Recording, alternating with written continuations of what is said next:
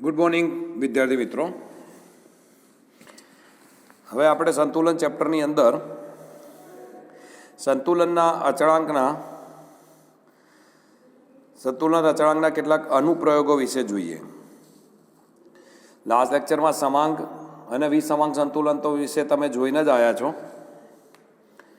તો જોઈએ સંતુલન અચળાંકના અનુપ્રયોગો. સંતુલન અચળાંકની અભિવ્યક્તિ ત્યારે જ લાગુ પાડી શકાય જ્યારે પ્રક્રિયકો અને નિપજોએ સંતુલન અવસ્થાએ અચળ મૂલ્યો પ્રાપ્ત કર્યા હોય. એટલે સંતુલન અચળાંક ક્યારે આવે? જ્યારે પ્રક્રિયક અને નિપજો હોય એ બંનેનું પ્રમાણ એક સરખું થઈ જાય ત્યારે સંતુલન અચળાંક ગણી શકાય અથવા તો આપણે એનો ઉપયોગ કરી શકીએ. બીજી વસ્તુ કે સંતુલન અચળાંકને પ્રારંભિક સાંદ્રતાથી કોઈ જ લેવા દેવા નથી. એટલે કે પ્રારંભિક સાંદ્રતા પ્રક્રિયકની હોય કે નિપજની, એ બંનેથી એ કેવા હોય છે તો કે સ્વતંત્ર હોય છે. બીજું કે સંતુલન અચળાંક એ તાપમાન આધારિત છે.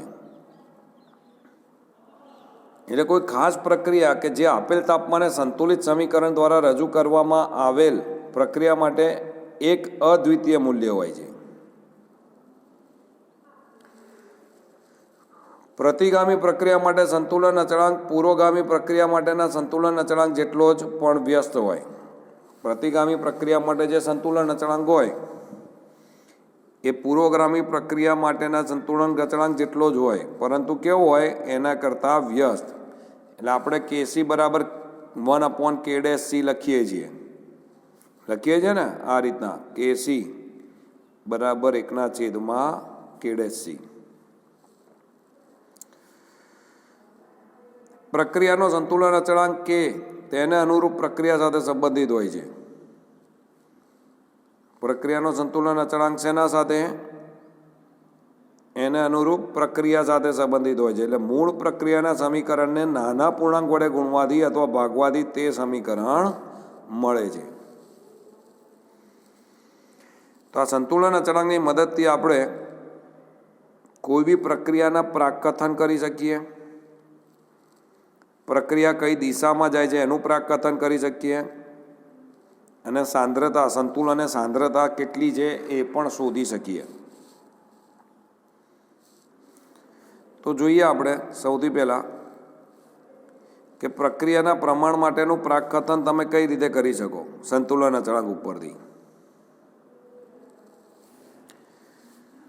તો એવું છે કે પ્રક્રિયા માટેના જે સંતુલન અચળાંક છે એનું જે સંખ્યાત્મક મૂલ્ય એ તમને પ્રક્રિયાનું પ્રમાણ સૂચવે છે. એટલે કે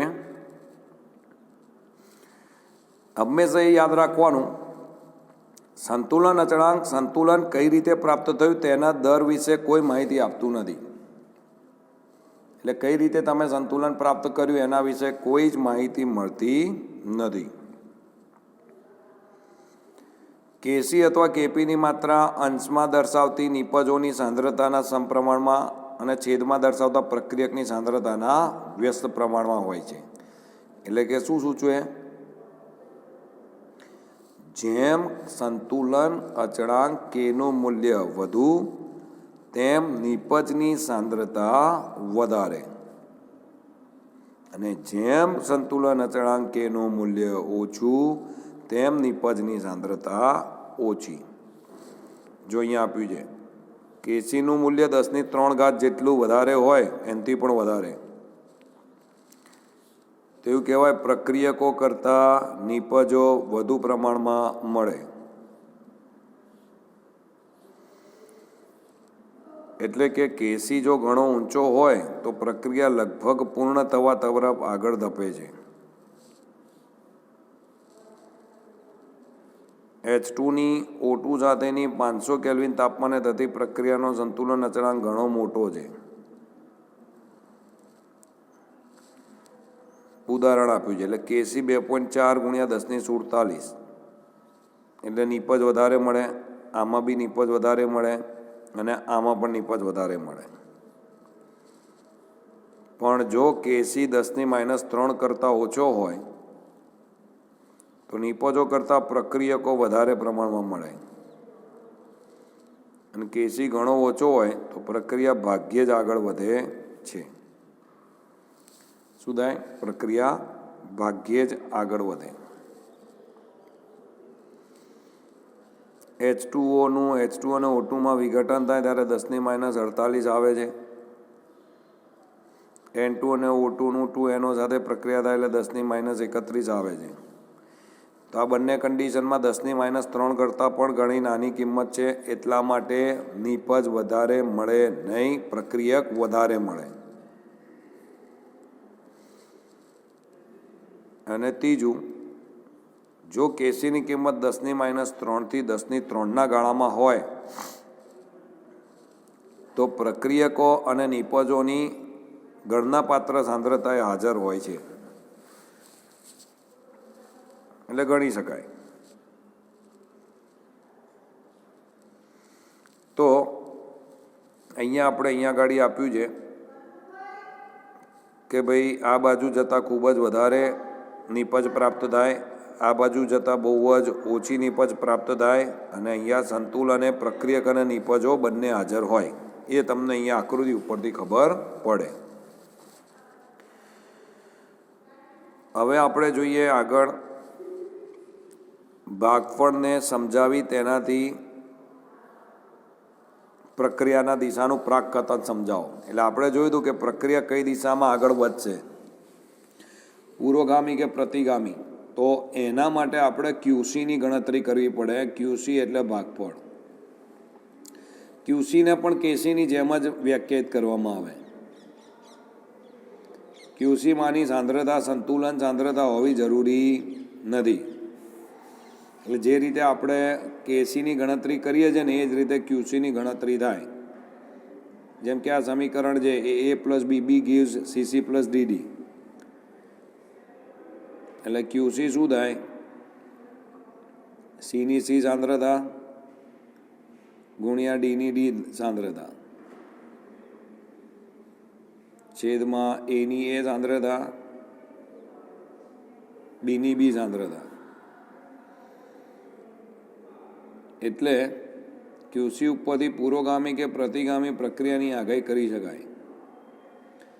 જો QC > KC હોય તો પ્રતિગામી પ્રક્રિયા થશે અને પ્રક્રિયા પ્રક્રિયકોની દિશામાં આગળ વધશે. QCની કિંમત KC કરતાં વધારે હોય તો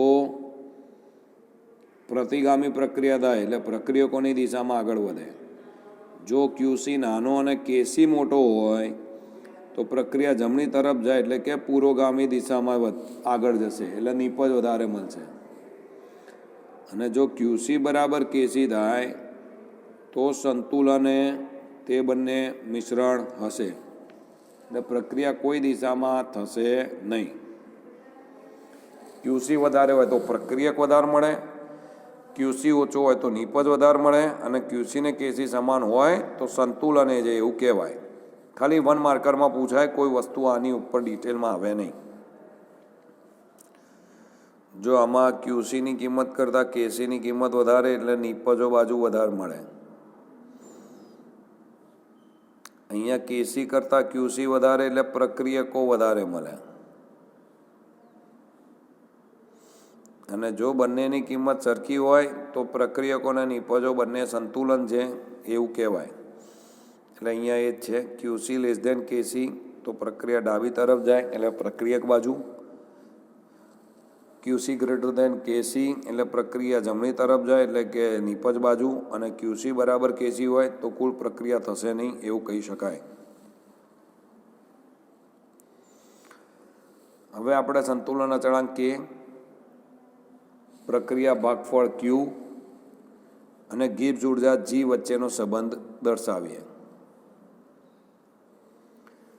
આપણને બધાને એટલી તો ખબર છે કે કોઈ બી પ્રક્રિયા આપમેળે થાય છે G ઉપરથી ખબર પડે. એટલે ΔG ઋણ હોય તો જ પ્રક્રિયા સ્વયંસ્ફુરિત થાય, એટલે કે નિપજની દિશામાં આગળ વધે, એટલે કે પુરોગામી દિશામાં આગળ વધે. ડેલ્ટા જી ધન હોય તો બિન સ્વયંસ્ફુરિત થાય, એટલે કે પ્રક્રિયા પ્રતિગામી દિશામાં આગળ વધે.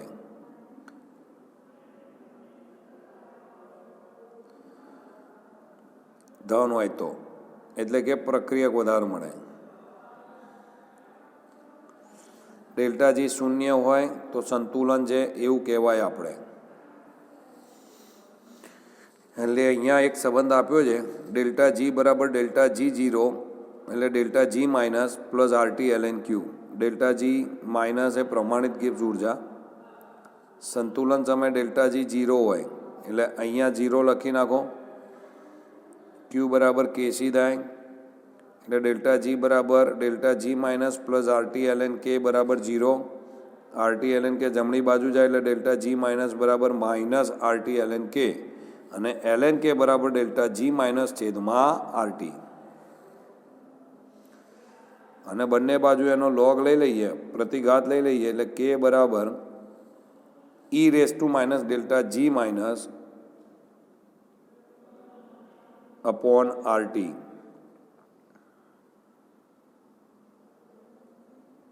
આ સૂત્ર આપણને મળે.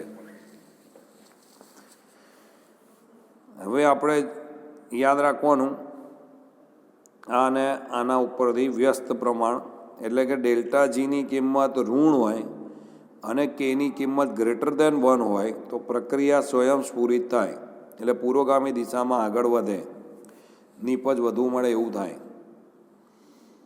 જો ડેલ્ટા જી ધન હોય એટલે કે કે લેસ દેન 1 થાય એટલે પ્રક્રિયા સ્વયંસ્ફુરિત હોય નહીં, એટલે પુરોગામી દિશામાં આગળ વધે, એટલે નિપજનું પ્રમાણ ઘણું ઓછું પ્રાપ્ત થાય. અને ડેલ્ટા જી બરાબર 0 હોય અને કે બરાબર 1 હોય ત્યારે બંને સંતુલન અવસ્થામાં જ એવું કહેવાય. તો હવે આપણે લસ અટેલિયરનો નિયમ સમજવાનો છે. મોસ્ટ આઈએમપી ખાલી 11-12 સાયન્સની અંદર આગળ હવે કોઈ બી પ્રક્રિયા વિશે શીખશો ત્યારે ખાલી એવું જ લખ્યું હશે લસ અટેલિયરના નિયમ પ્રમાણે. તો કે લસ અટેલિયરનો નિયમ શું કહે છે, તો એ તમને ખ્યાલ આવવો જોઈએ કે લસ અટેલિયરનો નિયમ શું કહે છે. સમજો, કોઈ પણ પ્રક્રિયા હંમેશા જ્યારે થતી હોય ને ત્યારે એમાં તમે કોઈ પણ પરિબળનો ફેરફાર કરો, સાંદ્રતા છે, તાપમાન છે, દબાણ છે, તો કે કોઈ પણ પરિબળનો તમે ફેરફાર કરો ત્યારે એ પ્રક્રિયા એવી દિશામાં થશે કે એવી રીતે થશે કે એ જે ફેરફાર જે તમે કરો છો એ ફેરફારની અસર પ્રક્રિયા ઉપર સૌથી ઓછી થાય. તો એને આપણે લસ અટેલિયરનો નિયમ કહી શકીએ. જો અહીંયા લખ્યું છે કે લસ અટેલિયરનો નિયમ એ નિવેદિત કરે છે કે, સમજો, પ્રણાલીની સંતુલન પરિસ્થિતિમાં કોઈ પણ પરિબળનો ફેરફાર કરવામાં આવે, સંતુલન અવસ્થામાં હોય ત્યારે તમે કોઈ પણ પરિબળનો ફેરફાર કરો તો પ્રણાલી આ અસરને ઓછી કરશે અથવા તો ફેરફારની આ અસરનો પ્રતિકાર કરશે. બરાબર, તો એ લસ અટેલિયરનો નિયમ કહે છે. તો આ કયા કયા પરિબળો એની ઉપર ડિપેન્ડ કરે છે અને એના ઉપર લસ અટેલિયરનો નિયમ કઈ રીતે લાગુ પાડી શકાય, તો એમાં પહેલું છે સાંદ્રતાની અસર, ફેરફારની અસર.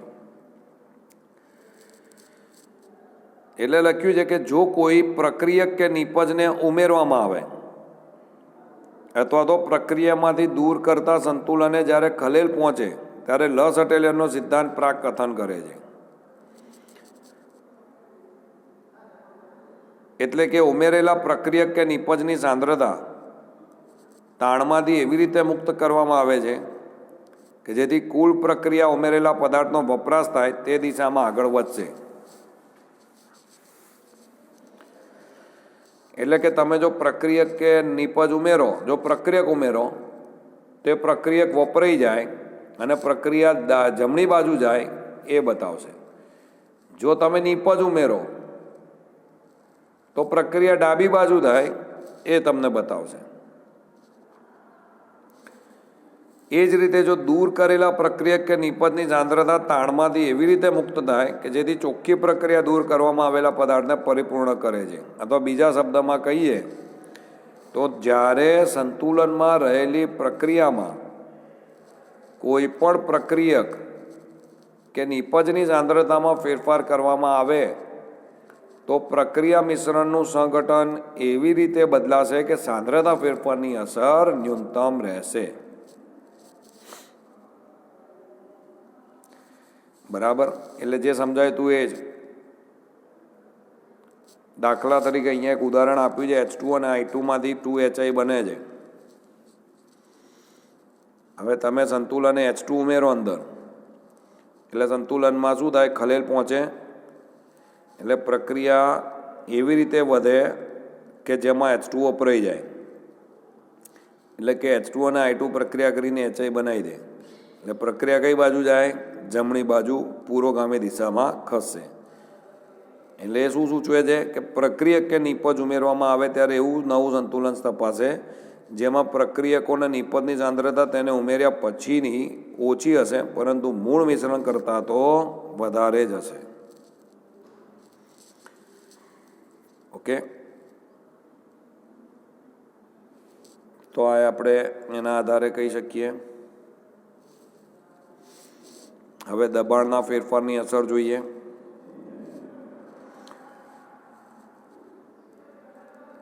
સાંદ્રતામાં ફેરફાર જોયો દબાણ માટે એવું કહેવાય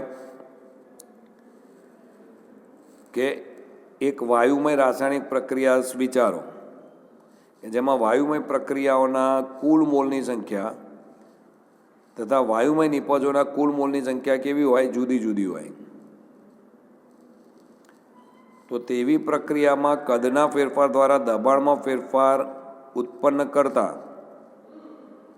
નિપજની માત્રાને પણ અસર કરે. એટલે તમે દબાણ કરતા જો કદ કરતા દબાણમાં ફેરફાર કરો તો એ નિપજની માત્રામાં ફેરફાર ચોક્કસ કરે.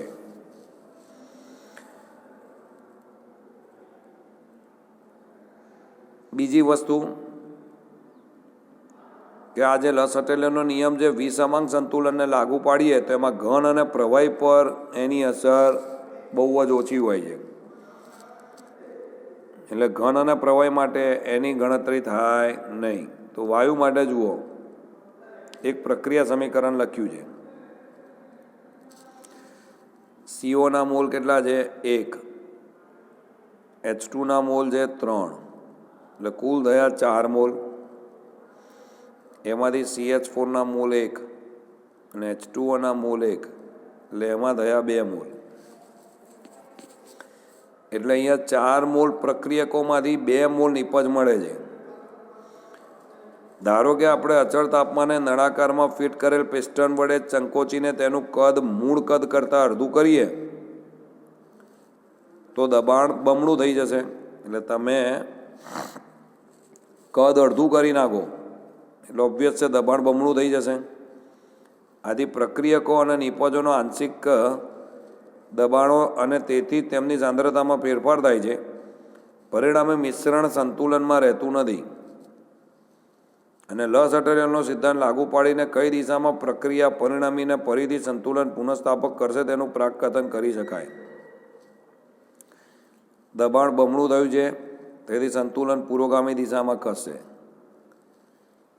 આ દિશામાં વાયુના મોલની સંખ્યા અથવા દબાણ ઘટતા જશે. કોના? પુરોગામી દિશામાં ખસશે. બરાબર? અને એના માટે આપણે QCનો પણ ઉપયોગ કરી શકીશું. એટલે જ્યારે પ્રક્રિયા મિશ્રણનું કદ અડધું કરવામાં આવે ત્યારે આંશિક દબાણના સાંદ્રતા બમણા થાય અને સંતુલન સાંદ્રતાએ તેના બમણા મૂલ્યથી બદલીને પ્રક્રિયા ભાગ પણ મેળવી શકાય. એટલે QC લેસ દેન KC હોય તો પુરોગામી દિશામાં આગળ વધે. ઓકે, એટલે આપણને ઇન શોર્ટ જે બાજુ આપણે દબાણ કે સાંદ્રતામાં ફેરફાર કરીએ એની વિરુદ્ધ બાજુએ પ્રક્રિયા થવા માંડે. ત્યાર ઉપરાંત જોઈએ આપણે નિષ્ક્રિય વાયુના ઉમેરણની અસર. તો એવું કહેવાય કે જો કદ અચળ રાખવામાં આવે અને નિષ્ક્રિય વાયુ જેવા કે આર્ગોન ઉમેરવામાં આવે તો પ્રક્રિયામાં ભાગ લેતા નથી અને સંતુલન કેવું રહે તો કે ખલેલ રહિત રહે છે. એનું કારણ એ છે કે અચળ કદે જ્યારે આપણે નિષ્ક્રિય વાયુને ઉમેરીએ છીએ ત્યારે એ પ્રક્રિયામાં જે પદાર્થ ભાગ લે છે એનું આંશિક દબાણ કે મોલર સાંદ્રતા બદલાતા નથી અને ઉમેરેલા નિષ્ક્રિય વાયુ પ્રક્રિયામાં સંકળાયેલ પ્રક્રિયક અથવા નિપજ હોય તો પ્રક્રિયા ભાગફળ બદલાય છે.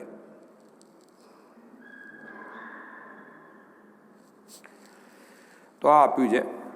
એના પછી આપણને આપ્યું છે તાપમાનના ફેરફારની અસર. સમજવા જેવો મુદ્દો છે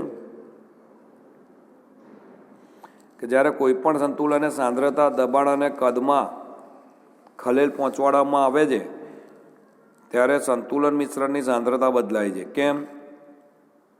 કારણ કે QC અને KC એ બંને સમાન રહેતા નથી.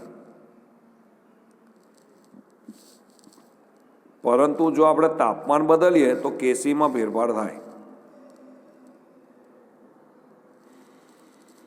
અને એ જે તાપમાન પર જે આધાર રાખે છે પ્રક્રિયાના ડેલ્ટા Hની સંજ્ઞા ઉપર રહે છે. ઉષ્માક્ષેપક પ્રક્રિયામાં સંતુલન અચળાંક તાપમાનના વધારા સાથે ઘટે. કયામાં? ઉષ્માક્ષેપકમાં. સંતુલન અચળાંક તાપમાનનો વધારો થાય ને ત્યારે ઘટે છે અને ઉષ્મા શોષક પ્રક્રિયામાં સંતુલન અચળાંક તાપમાનના વધારા સાથે વધે છે.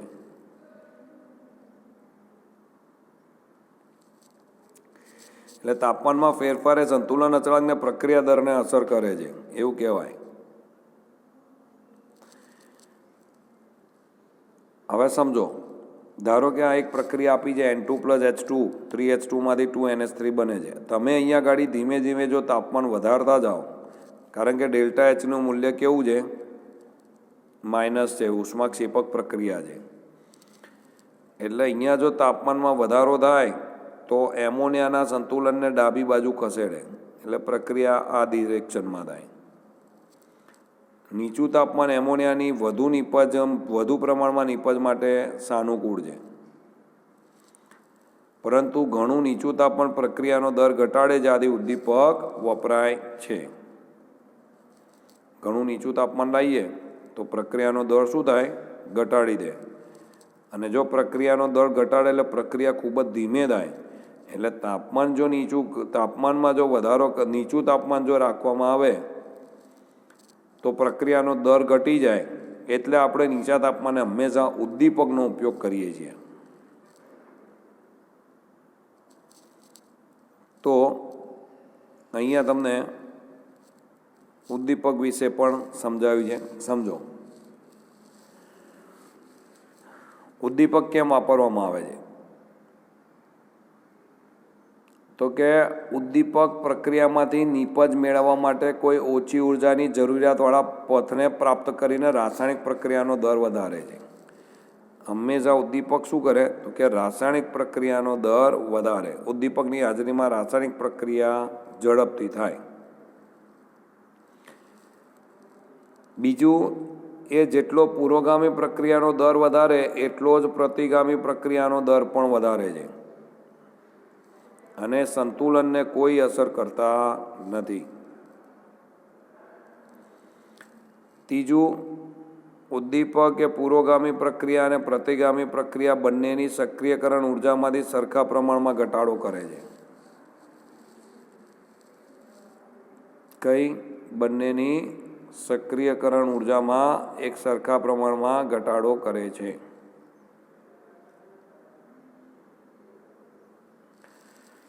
ઉદ્દીપક પ્રક્રિયા મિશ્રણના સમઘટનને અસર કરતો નથી અને એ સંતુલન અચળાંકની રજૂઆતમાં પણ દેખાતો નથી. આટલી વસ્તુ યાદ રાખવાનું ઉદ્દીપક માટે.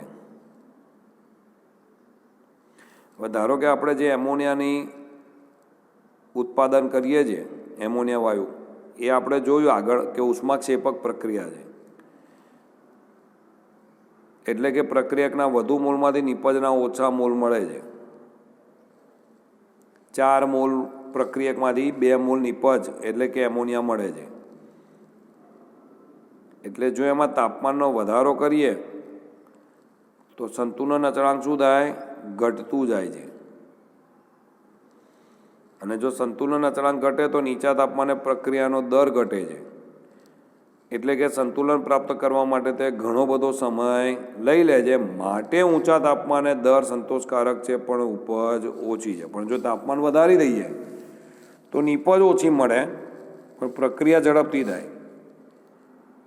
તો આનું સોલ્યુશન શું? હવે જો તાપમાન ઘટાડીએ તો નિપજ વધારે મળે, તાપમાન ઘટાડીએ તો નિપજ વધારે મળે, પણ નિપજ વધારે મળે છે એની સામે પ્રક્રિયાનો દર ઘટી જાય છે. એટલે જે પ્રક્રિયા 1 દિવસમાં પૂરી થવી હોય 10 દિવસમાં પૂરી થાય છે, ઉદાહરણ તરીકે. એટલે સામે જો તાપમાન ઊંચું કરીએ તો પ્રક્રિયા ઝડપથી પૂરી થાય પણ સામે નિપજ ઓછી મળે. તો ફ્રિટ્ઝ ઝેબરે શોધી નાખ્યું કે આયન ધરાવતો ઉદ્દીપક એ તાપમાને સંતોષકારક દરે પ્રક્રિયાને ઉદ્દીપિત કરે છે, એટલે પ્રક્રિયાનો વેગ વધારે છે. ત્યારે જે તાપમાને એમોનિયાની સંતુલનની સાંદ્રતા વાજબી રીતે તરફેણવાળી હોય છે, એટલે કે પ્રક્રિયામાં પરિણમતી નિપજના મોલ એ પ્રક્રિયકના મોલ કરતાં ઓછા છે અને તેથી દબાણ વધારવાની સાથે NH3ની નિપજ પણ વધારી શકાય છે. એટલે તાપમાનની અંદર તમે વધારો કરો સાથે ઉદ્દીપક તમે વાપરો તો નિપજનું પ્રમાણ તમે વધારી શકો. અહીંયા NH3ના સંશ્લેષણમાં ઉદ્દીપકના ઉપયોગ સાથે તાપમાન અને દબાણના અનુકૂળ પરિસ્થિતિ આપ્યા છે 500 ડિગ્રી સેલ્સિયસ તાપમાન અને 200 વાતાવરણ દબાણ. એ જ રીતે સલ્ફ્યુરિક એસિડ માટે બી તમને આપેલું છે કે સલ્ફ્યુરિક એસિડની બનાવટ માટે તમે જુઓ તો કેસીની કિંમત 1.7 × 1026 છે. એટલે કે કેસીની કિંમત પ્રક્રિયા પૂર્ણ તરફ જાય એટલે વધારે નિપજ મેળવે છે એવું કહેવાય, કારણ કે 10³ કરતાં વધારે છે ને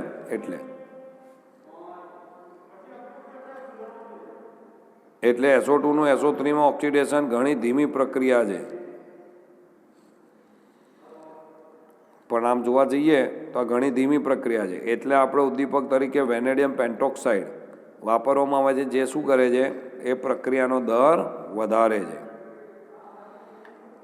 જો પ્રક્રિયાના કેનું મૂલ્ય પ્રમાણમાં ઘણું જ ઓછું હોય તો ઉદ્દીપકની મદદ ઘણી ઓછી હોય છે. કેનું પ્રમાણ જેમ ઓછું એમ ઉદ્દીપકનો ઉપયોગ પણ ઓછા પ્રમાણમાં થાય છે. તો આમ આપણે સંતુલન અચળાંક અને એને અસર કરતા પરિબળો આ લેક્ચરમાં જોયા. હવે આગળનો લેક્ચર એસિડ, બેઝ અને ક્ષાર માટે છે. બહુ સરસ છે ટોપિક. તો એ હવે એસિડ, બેઝ અને ક્ષાર આપણે નેક્સ્ટ લેક્ચરમાં કરીશું. આજે આ થિયરી હતી, ખાલી સમજવા પૂરતી હતી. એક્ઝામમાં તાપમાન, ઉદ્દીપક અને દબાણ તમારે કરી લેવાનું. ઘણીવાર એના ઉપરના પ્રશ્ન પૂછાતા હોય છે. તો આ સાથે અહીંયા આપણે આજનો લેક્ચર કમ્પ્લીટ કરીએ છીએ અને એસિડ, બેઝ અને ક્ષાર નેક્સ્ટ લેક્ચરમાં શીખીએ. Okay, thank you.